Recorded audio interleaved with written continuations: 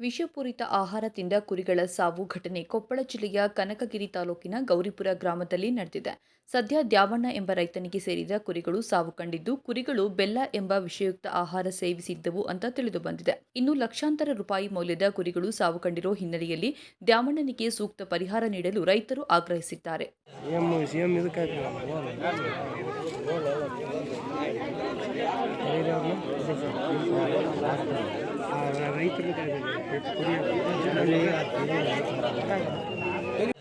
CM ಇದಕ್ಕೆ